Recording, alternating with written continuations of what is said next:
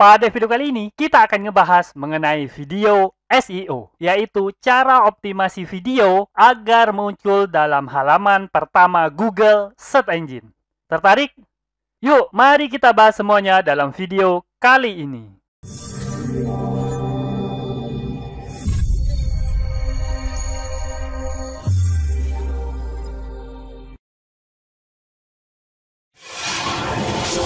Assalamualaikum warahmatullahi wabarakatuh. Ketemu lagi bersama saya, Kanada Kurniawan, dan masih di channel kita, Pro Jasa Web.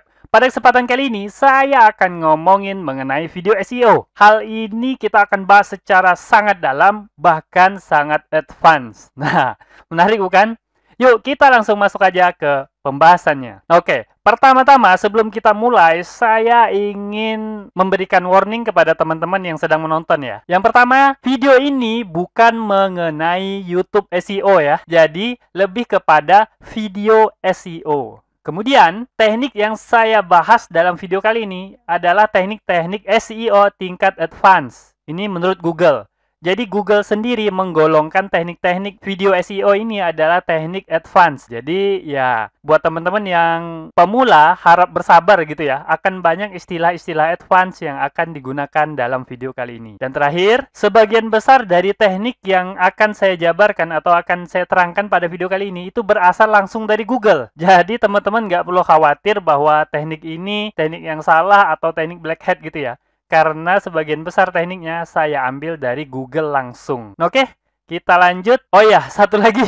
Video ini merupakan ringkasan dari artikel Pro Jasa Web ya. Jadi artikelnya berasal dari ini ya, projasaweb.com/video SEO. Nah, di dalamnya itu akan selalu diupdate secara berkala. Nah, jadi video ini hanya ringkasan. Kalau teman-teman pengen yang lebih detail lagi, silakan kunjungi artikel saya yang ini ya. Oke, kita langsung masuk aja ke materinya. Yang pertama tentu mungkin teman-teman bertanya, apa itu video SEO? Nah, jadi video SEO itu adalah cara optimasi yang dilakukan khusus untuk konten video agar dapat mendapat peringkat yang baik pada hasil pencarian Google. Bisa juga Bing atau mesin pencarian lain ya. Jadi bukan khusus untuk YouTube.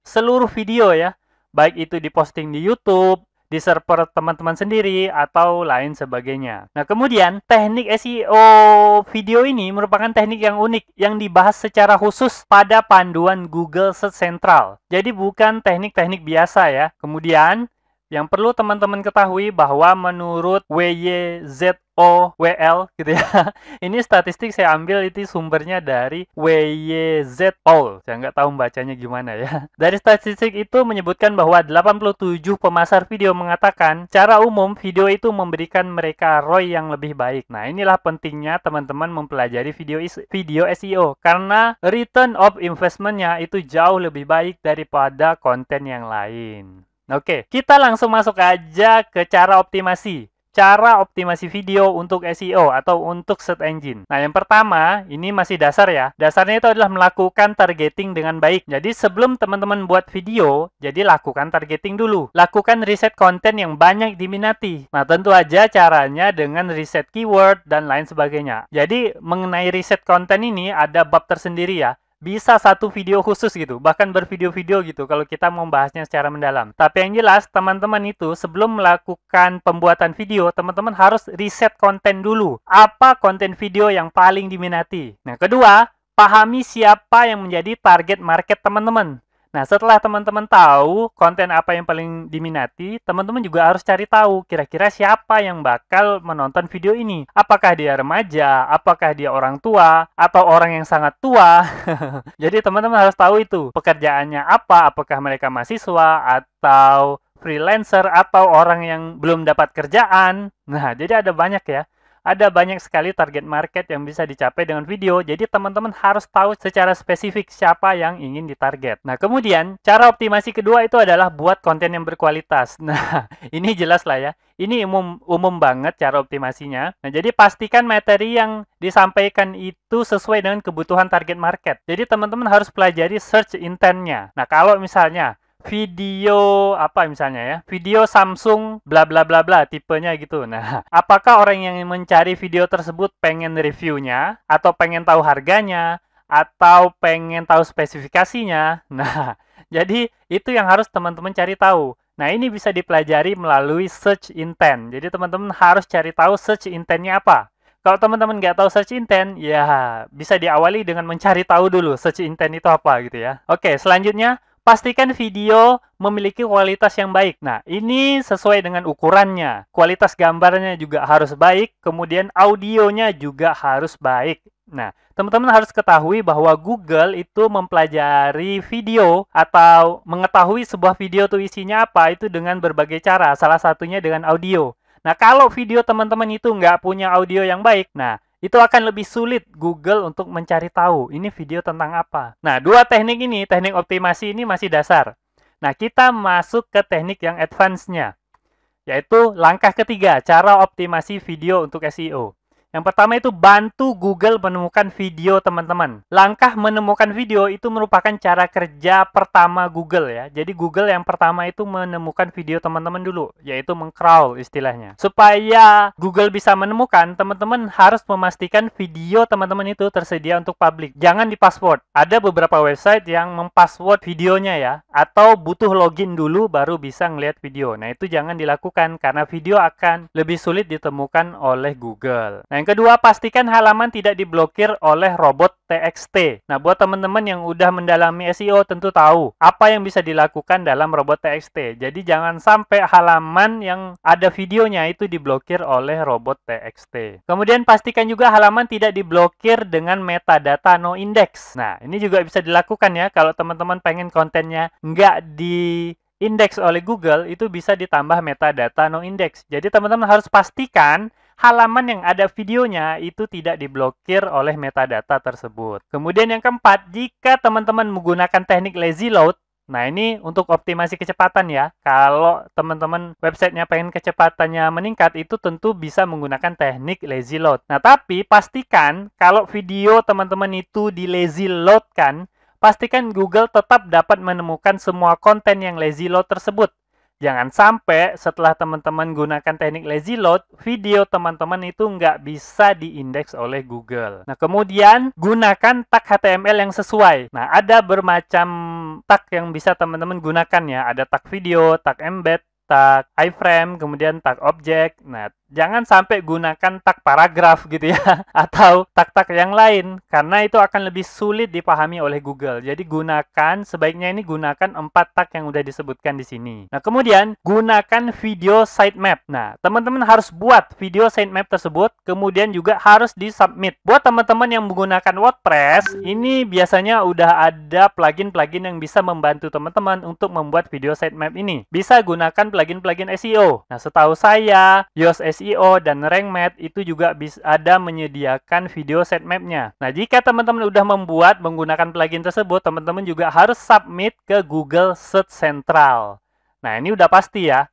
Pastikan website teman-teman udah didaftarkan ke Google Search Central, kemudian teman-teman submit video sitemap-nya agar Google lebih cepat menemukan video-video yang teman posting pada halaman website teman-teman. Oke, itu langkah ketiga ya. Kita masuk ke langkah keempat, yaitu pastikan video teman-teman itu dapat diindeks oleh Google. Nah, gimana cara memastikannya? Nah, yang pertama, gunakan thumbnail berkualitas tinggi. Nah, karena apa? Kalau video itu thumbnailnya kurang bagus atau kualitasnya rendah, ya video tersebut mungkin bisa di-crawl oleh Google. Tapi Google akan melihat, oh ternyata ini thumbnailnya kurang bagus. Jadi Google tidak memprioritaskan untuk mengindeks video tersebut. Nah, itu yang jadi masalah. Nah, jika teman-teman menggunakan tag HTML video, teman-teman harus menyertakan atribut poster. Nah, karena di situ didefinisikan thumbnailnya. Nah, kalau teman-teman tidak menyertakan atribut posternya, bisa jadi thumbnail tersebut tidak dideteksi oleh Google. Kemudian,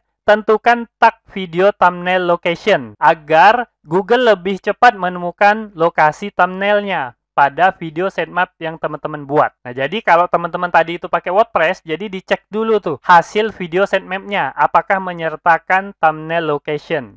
Nah, kalau nggak ada, teman-teman harus konfirmasi lagi kepada pembuat plugin tersebut. Gimana cara memunculkan thumbnail location-nya. Oke, kita lanjut ya. Lanjut, gunakan properti thumbnail URL pada structured data yang teman-teman gunakan. Agar lebih mudah dideteksi oleh Google dan bahkan bisa muncul pada halaman pertama Google, teman-teman juga harus menggunakan structured data. Dan pada structured data tersebut, teman-teman sertakan thumbnail URL. Selanjutnya, pada kasus tertentu, Google mampu membuat thumbnail sendiri melalui video teman-teman.